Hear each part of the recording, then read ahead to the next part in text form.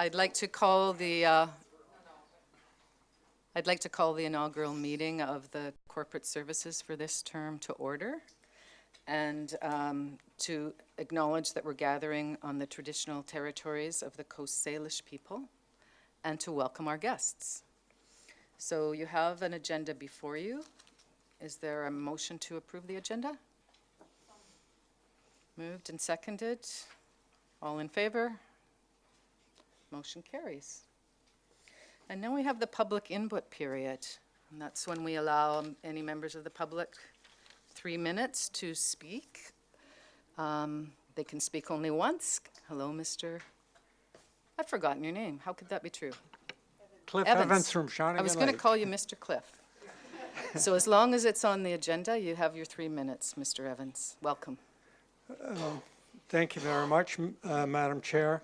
Madam Chair, I was looking at the budget book overview, and I think it's laid out very nice, and I like the little tabs on there telling the taxpayers what's what and where to look. I think that's really good. And I was doing not too bad until I got down to, it was budget Q on the budget book overview, operating reserve fund balances for the grant in aid.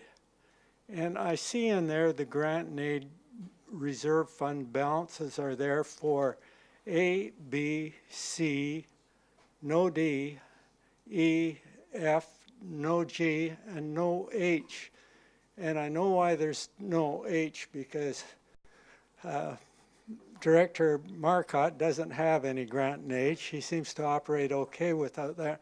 But I was curious to wonder why the others were not in there, and when you go through this, maybe that could be explained to the public. Thank you, Madam Chair. Thank you, Mr. Evans. Anyone else from the public like to speak? Okay, so now we'll move to reports. So R1, report from the Assistant Manager, Finance, read the 2019 budget calendar. Is someone coming up? Or? And Madam Chair, because it's a staff report, I will normally read the recommendation unless the Finance Division wants to say anything. But there's a couple of special dates to set for the for this committee to meet to discuss the budget. So there's 2 recommendations. First recommendation would be that a special Corporate Services Committee meeting be scheduled for January the 9th, 2019 to review general administrative budgets. Shall we deal with that first? And a motion? Director Yanni Darnito, and seconded by Director Stone. Director Sebring. Thank you. I know the second motion has a time, this one doesn't. Can we get some indication of time so we can stick it in our calendars? Madam Chair, through to Director Sebring. Actually, at this point, we don't know the time. There are a number of meetings scheduled on that day, and they will be based on the agenda items for each one. However, I can tell you that there's an orientation session, so the day will start at about 9:30 in the morning. One of these kind of days, it sounds like. All right. Does that Correct. satisfy you, And, Director Sebring? and Madam Chair, it will be entered into your calendar as we finalize the agendas, the actual time. Okay. We will block off the day for you right now, and then the actual specific time will be entered later. Okay, so if there's no other comments or questions, can I call the motion? All in favor? Opposed? Carried. And Madam Chair, the second one, we actually have a little adjustment to be made here. We're looking at scheduling special Corporate Services Committee meetings, day-long meetings from 9:30 a.m. to 4:30 p.m. The 2 dates indicated in front of you do not work for one of our partners, so there are 2 different dates, and I'll have Finance indicate which days those are. I think, yeah. Go ahead. Thank you, Madam Chair. I have February 12th as LGLA. That's right. So That's true. That's true. I'm also booked on the 12th, 13th, and 14th. So could, so. Is everyone Madam that's Chair, going, if I maybe- may, just, if, is anyone going to the LGA? Oh, that would be later days, wouldn't it? It started on there on the 11th, yeah. It's either 12 to 14 or 15 to 15. Okay, so what shall we do, Mr. Crothers? Yeah, it will be basically the will of the committee. I mean, we've got a pretty tight time frame in terms of, getting these budget meetings done.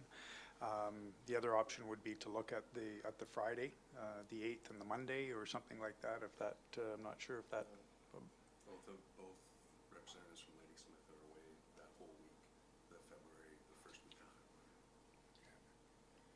So is the 11th the Monday? 11th's a Monday. Could I suggest maybe the 2 Mondays, or like the February 11th and then would be the 18th? Or we could do the 11th and the 15th if no one's at LGLA on the 15th?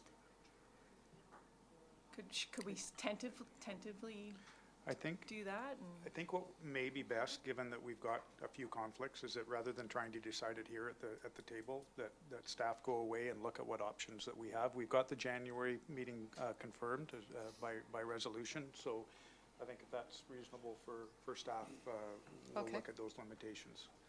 And then we can- propose an alternative recognizing that LGLA, I don't believe that everybody is going to be on the 12th. Well, you either necessarily. start on the 12th or you start on the 13th. Yeah. Okay. So if So you if start you- on the 13th, does anyone starting on the 13th? Lady Smith. Which means you go to the 15th. Yeah. Yeah, so that does rule out that Friday. Yeah. Okay, so we'll hear from staff Yeah. on potential other dates. Okay, and now we move on to, The next staff report, Madam Chair, would be R2. from the Assistant Manager of Finance regarding the draft 2019 budget.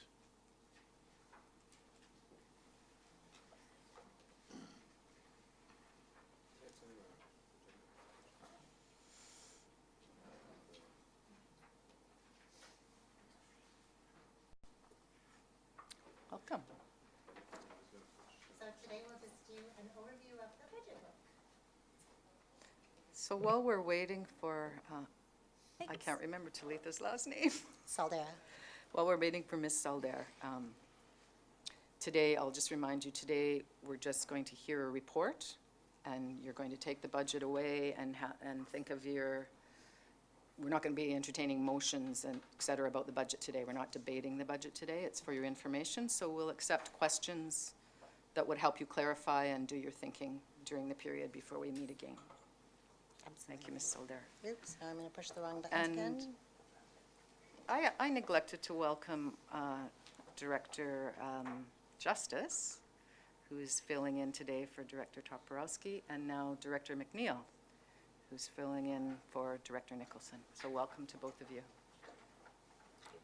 Okay, Carry so for the 2019 budget, it started in April with board direction, and allocation budgets were reviewed by the past board in June. In August, staff diligently put together budget documents, which were submitted, along with supplemental requests. Those were reviewed by SMT and ranked in October, and there is a report later on today's agenda about the supplemental requests. Continuing on, today is our overview of the budget book and how that works, and that's what I'll be talking about today. Following today's meeting, the budget book will be released and will be live on our website, and so that will obviously not be till tomorrow morning because I don't know how to push the button, and staff have gone home. So tomorrow morning, the full budget book will be there for you to look at and explore over the next few months. Public meetings will take place in January, and individual committee and commission meetings will take place starting in January, where you'll review all the details of all the individual budgets. Obviously, we will make a few changes to the schedule for the February 7th and 8th meetings, and we'll bring those forward to the next meeting. All right, so I'm just going to walk you through the budget book on these slides. Some of them are really small, and so I appreciate the public saying that they were good, because I find them really hard to read. But what we'll do is just go through them on the slides, and I'll show you how they all work, and then I'll go to the website and show you what they actually look like, so you can see what you're clicking on the website. We have the 2018 information still available today. And please feel free to ask any questions you might have throughout. So looking at the budget book as an overview, there are schedules that pertain to the entire budget and affect the entire requisition. And then there's schedules for each individual service that detail that particular service. Schedule A is the changes in tax requisition. It starts with the total general taxes from 2018. Then it lists the changes in requisition that aren't really under our control, such as the library board, and that's the only one that we have there. And then there's the changes in the individual line items, and just showing the difference from 2018 to 2019. And it's requisition only, remembering. Then there's the total general taxes for the current year, and then it shows the difference. And so for this year, that difference is just about 1.6 million. So. Schedule B looks at the changes in the requisition by jurisdiction. So it just, again, details the difference between 2018 and 2019. It shows the change to the library in a separate column, the change due to other jurisdictions. It shows the cost per $100,000 of assessed value and the increase in that cost. The assessments haven't changed, so this is based on the 2018 revised roll, because the 2019 roll does not come out till December 31st. So these numbers are all reflective of the 2018 roll still. Yes, go ahead, Director Salmon. So to clarify, where it says 2019 there in the columns, that's actually not, that's 2018 you're using, No, it's 2019 actual tax requisition. but the assessment isn't out yet. The assessment, sorry, is yes, it's based on 2018 value. So it's the 2019 requisition using the 2018 assessment. Per 100,000 of 2018 Yes. assessed value. Okay. Per $100,000, doesn't matter what year it is, but Director Seeb. It does. $100,000 today or $100,000 yesterday. Director Sebring. I just have a question. I see that this is being distributed electronically. Can I slip somebody $10 to get a paper copy? Of which part? Of everything? The budget book. I'm one of those old school guys. I don't need it remember today, them but- being this thick, so Well, I'm that's just fine. looking to Mark. So, Madam Chair, we haven't produced a hard copy for the last number of years. Having said that, if that's the wish of elected officials, we can do it, but at this point, we haven't done one. So we can do it though. So if there's a number of people who want it, finance will need to know. And I guess sooner the better so that they can do it all at once. So I've heard 2 people at this point, so. Put me down for one, please. Director Morrison, did you have something to say? Or Yeah, Chair Morrison? I am too I have fond memories of the very thick budget book and would very much like to have the budget book as well.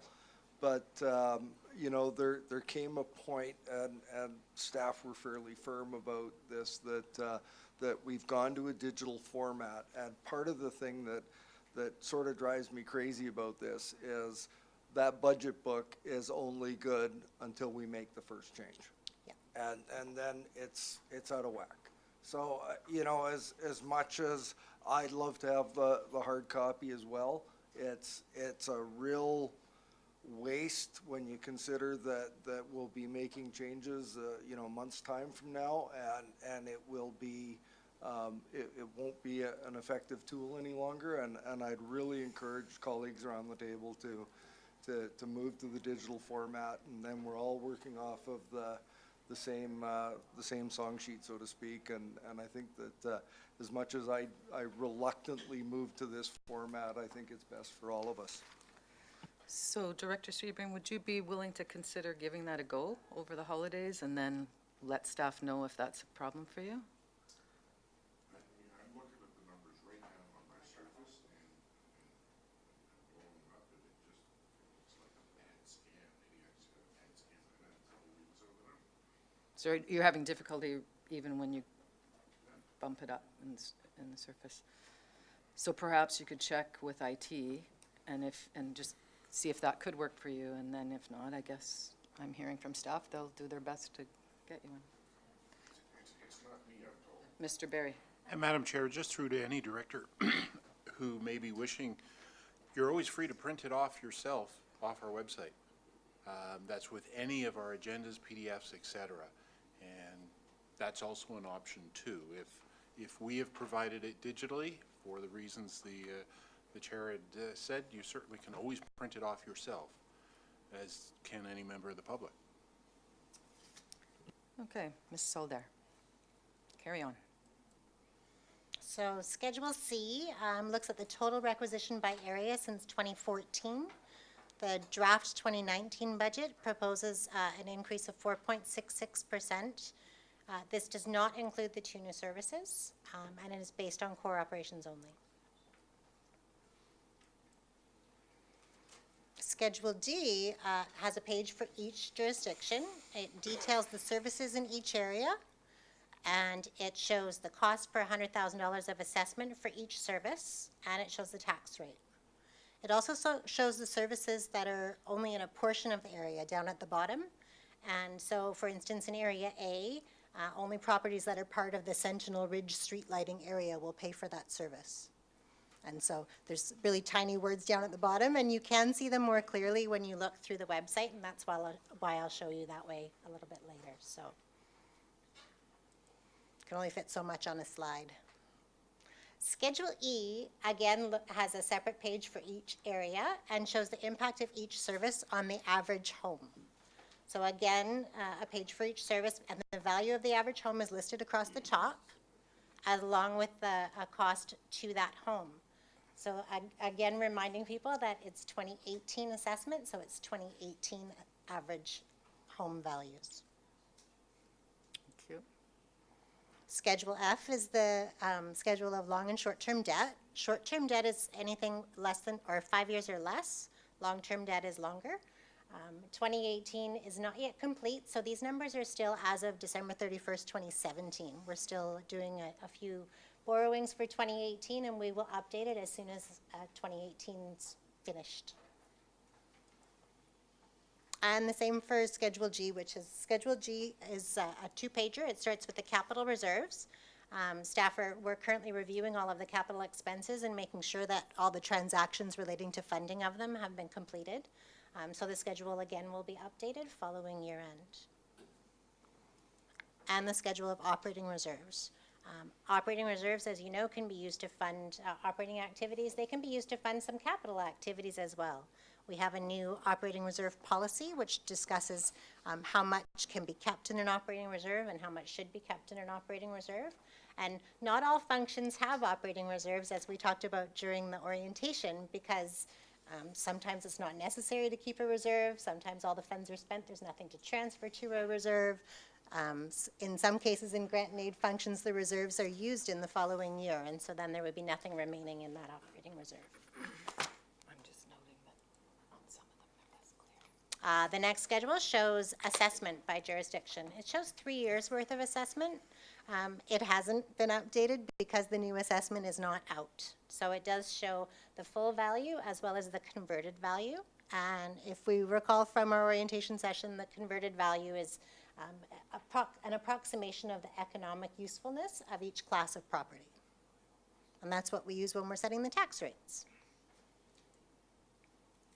Schedule I think is quite useful. Schedule I takes the total requisition for a particular area and breaks it down by property class. So you can look and see that in Area A, the total requisition is $3.2 million, and residential has 85% of the assessment, it looks like, so they'll take 85% of the taxes, so $2.7 million of the 3.2. So if I may, when we actually get the budget book, you'll show that for every area. Absolutely, yeah. So when we flip through, and when I take you to the website, you can see that there's a different page for each area. Yeah. Director Morrison. Thank you.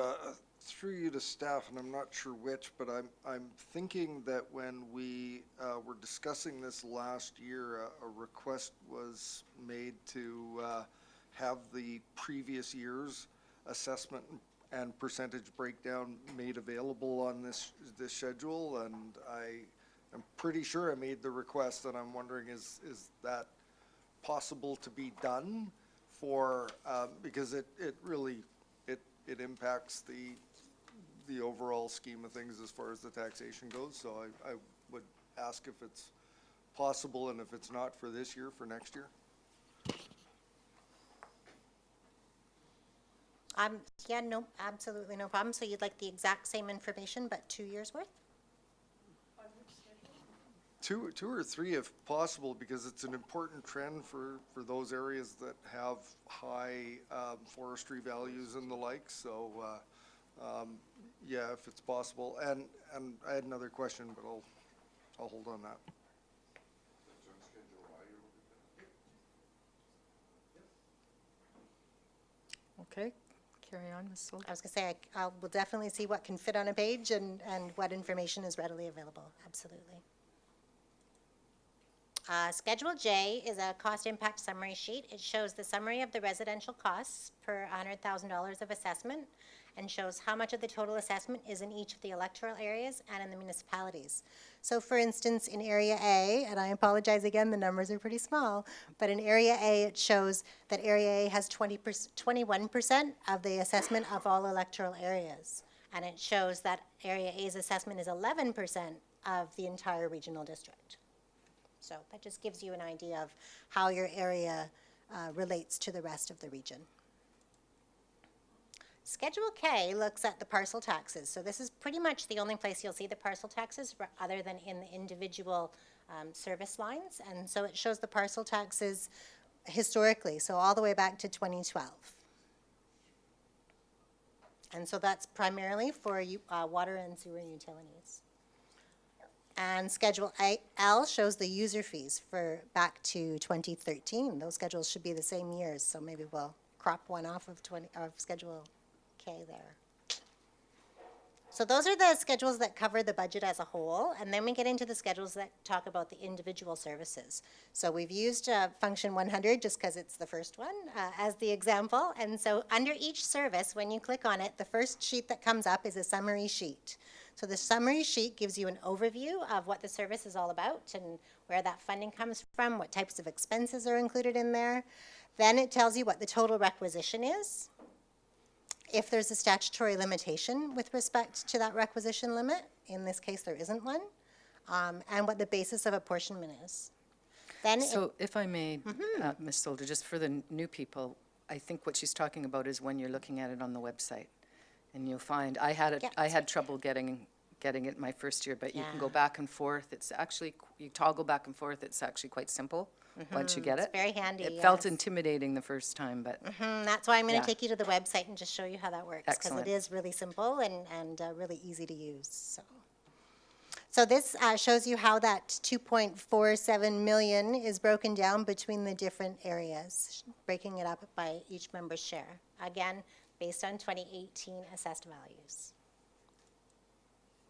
The next page in that same section is a 5-year plan. So it shows you 2018 for reference, and then 2019, which is the year we're primarily focusing on, and the next 4 years.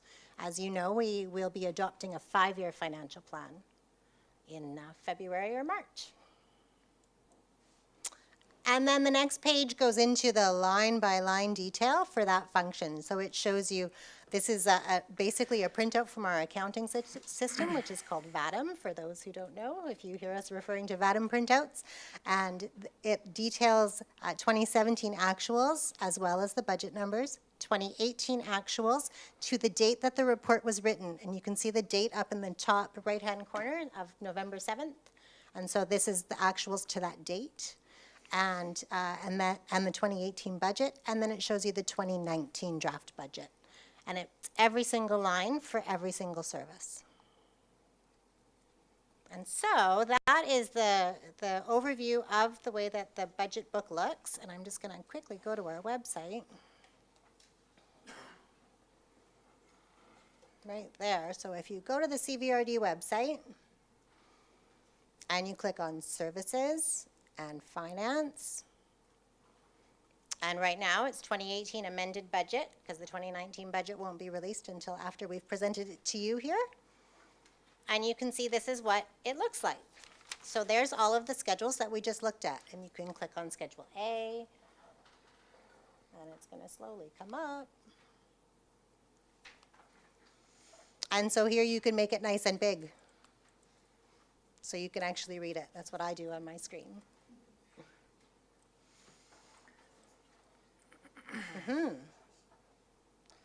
Thank you, Madam Chair, through you.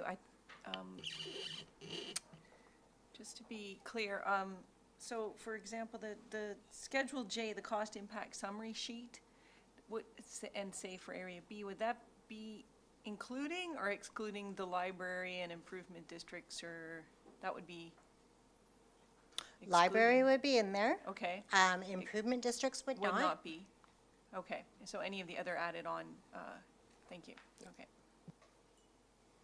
And so when you go to the individual services, let's go to a smaller one. Let's try community parks for Area A. We can click on 231, and we can see community parks for Area A. And here's the summary sheet, and it tells us about the function, operation, maintenance, and capital development and land acquisitions of community parks and trails in electoral Area A. It tells us the total requisition of $205,000. This is 2018, just for reference. It tells us that there's a statutory limitation established by bylaw number 2384, which was adopted on March 28th, 2003, of 30 cents per 1,000 of net taxable value. If you multiply 30 cents by what net taxable value, you end up with a total limit of, and I'm going to make this bigger because I can't read. You end up with a total limit of $369,700. So what we do is we look and make sure that this total requisition up here, and I can circle now with my mouse, is less than this number. And as long as that's good, then we're still okay. Otherwise, we need to do a bylaw amendment. This shows who the participating areas are. So this is Area A only, so it's electoral Area A. Shows us the assessed value for electoral Area A. The figure used for apportionment, that's the converted value.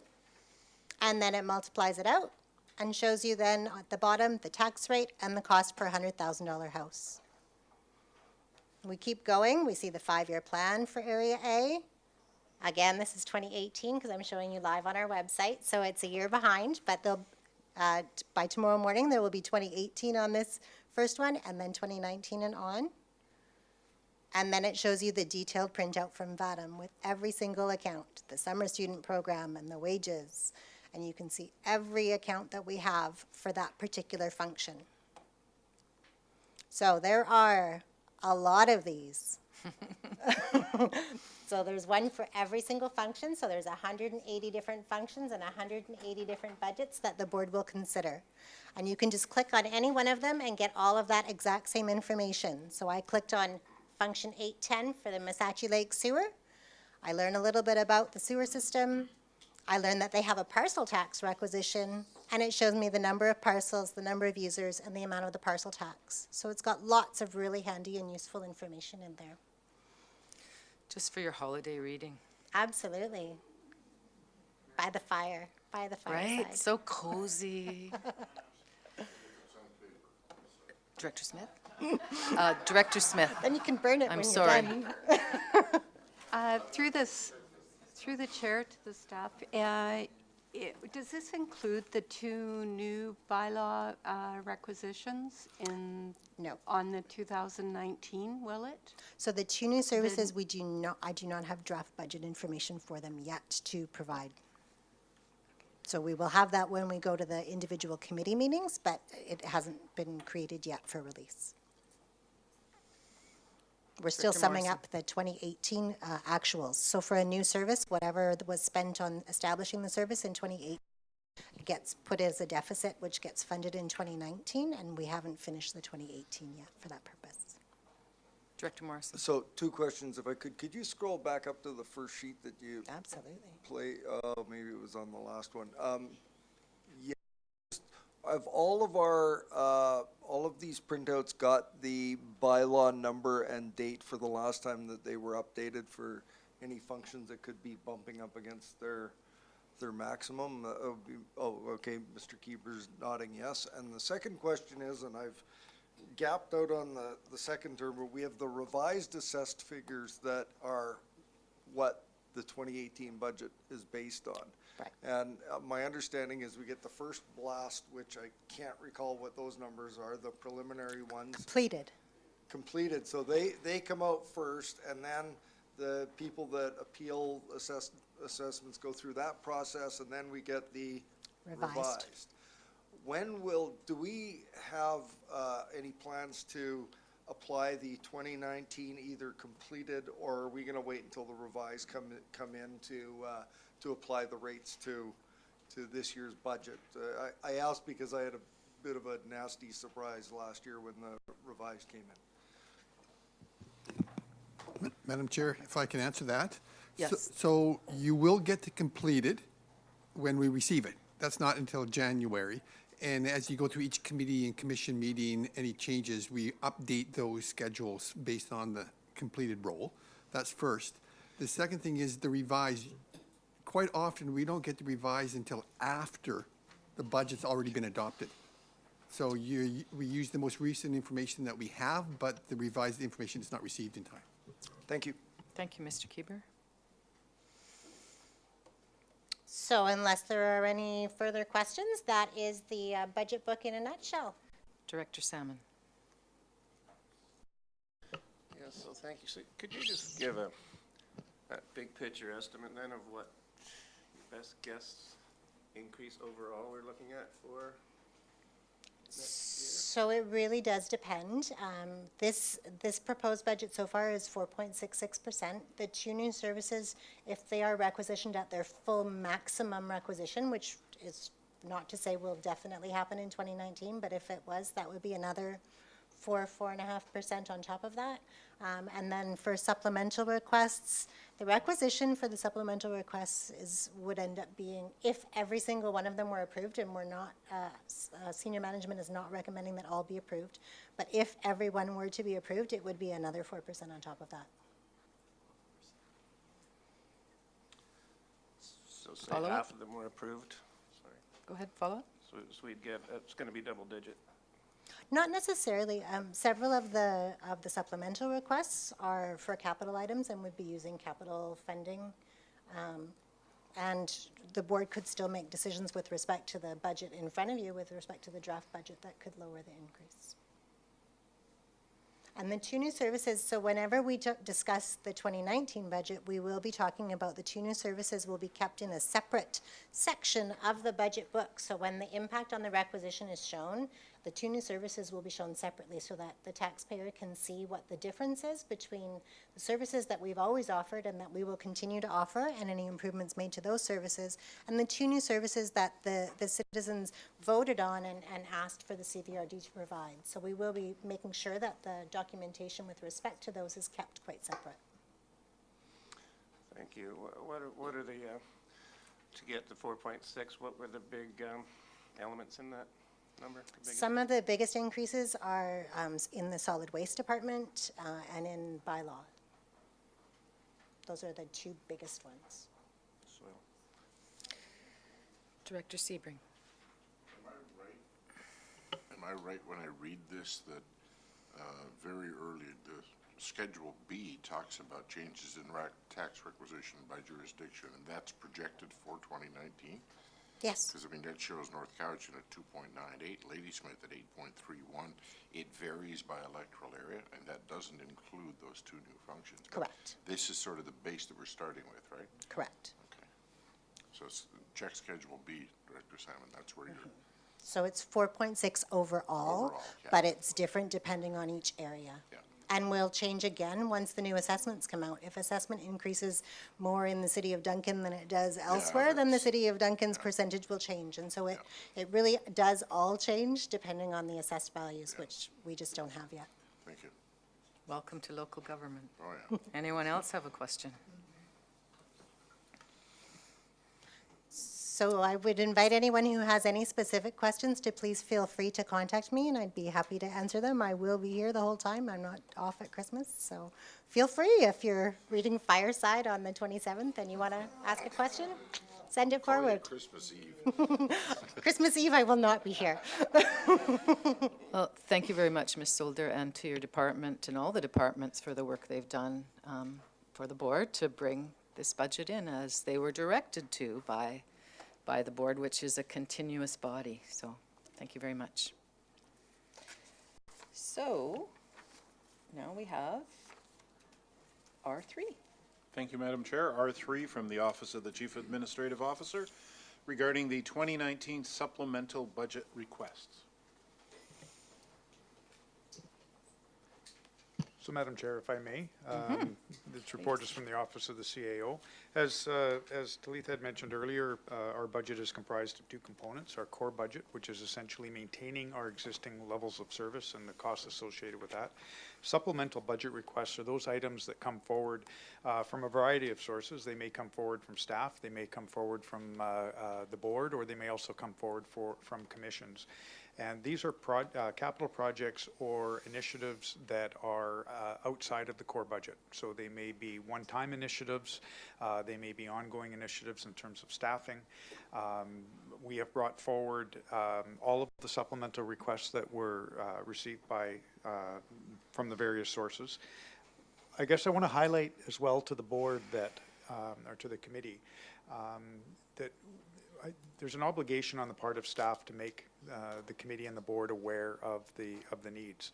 And so there's a number of requests being put forward. They're ranked in tiers, with tier 1 being the deemed to be the most urgent or the highest overall priority, and tiers 2 and 3 are less priority, important but less priority. Particularly tier 3 are projects that we don't anticipate necessarily the board approving in 2019. But they're projects or initiatives or needs that you need to be aware of. I think we have an obligation to advise the board.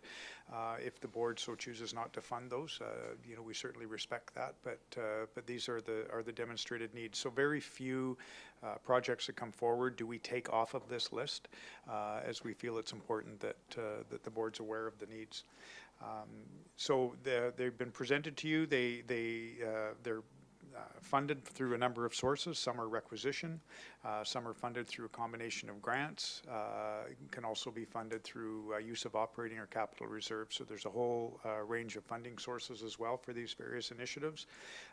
As you can see, of these 25 in the tier 1, 18 of them are capital items. And what I would be suggesting, and staff can confirm or deny, but moving forward with our asset management program, that we won't be seeing our capital items coming forward as supplemental requests. They'll be coming forward at a different format in terms of capital requests based on our asset management plan.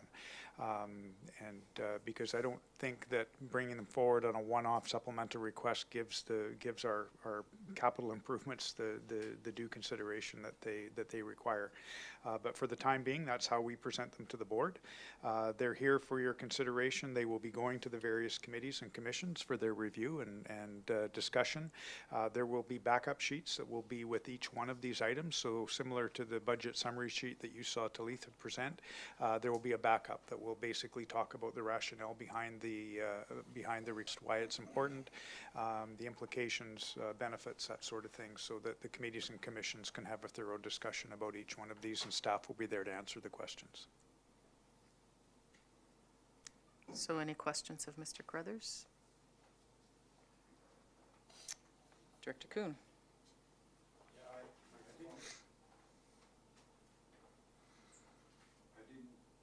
I didn't bring my old sheets with me, but there was about a half year ago, you suggested that maybe there'll be a requirement for 9 additional staff positions in 2019.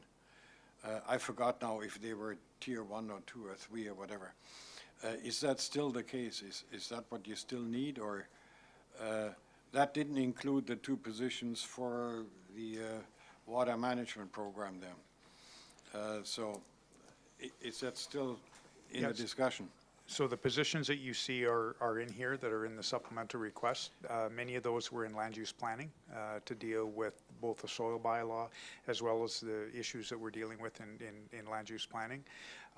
So the positions that staff are recommending as new additions are in this list of positions. Any staff associated with the new Drinking Water and Watershed Protection Service would be outside of that, and they will be coming forward with a budget proposal for that particular service.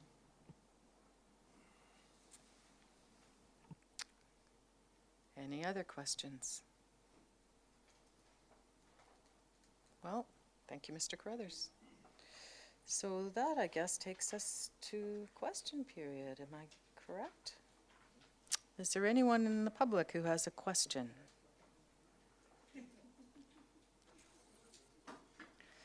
Now, be easy on me, Mr. Evans. I may not know the answer. Madam Chair, I don't think you have to know the answer. We have the experts sitting right over there. Madam Chair, I didn't get the answer to the grant needs in Area G. Because you were it was a public input period. Would you like to ask the question now? Yeah, I'm just curious to see why these ones were missing on the, say I can go over it again. It's in G on your capital surpluses and the balances on the area grant needs, and there's A listed there, B, C, no D, E, E, F, no G, you said? yeah. H, and no I was I. just wondering, were there no balances, or were they left out, or No balances, Madam Chair. how does that happen? So as Mr. Carruthers said, there were no balances. And so they just weren't put in? Okay, thank you very much, Madam Chair. You're welcome. Thank you, Mr. Evans. Anyone else from the public with a question? So I'll entertain a motion to adjourn, and very gladly. Moved and seconded, all in favor? Okay, so we're gathering for dinner at what time? The meeting is adjourned.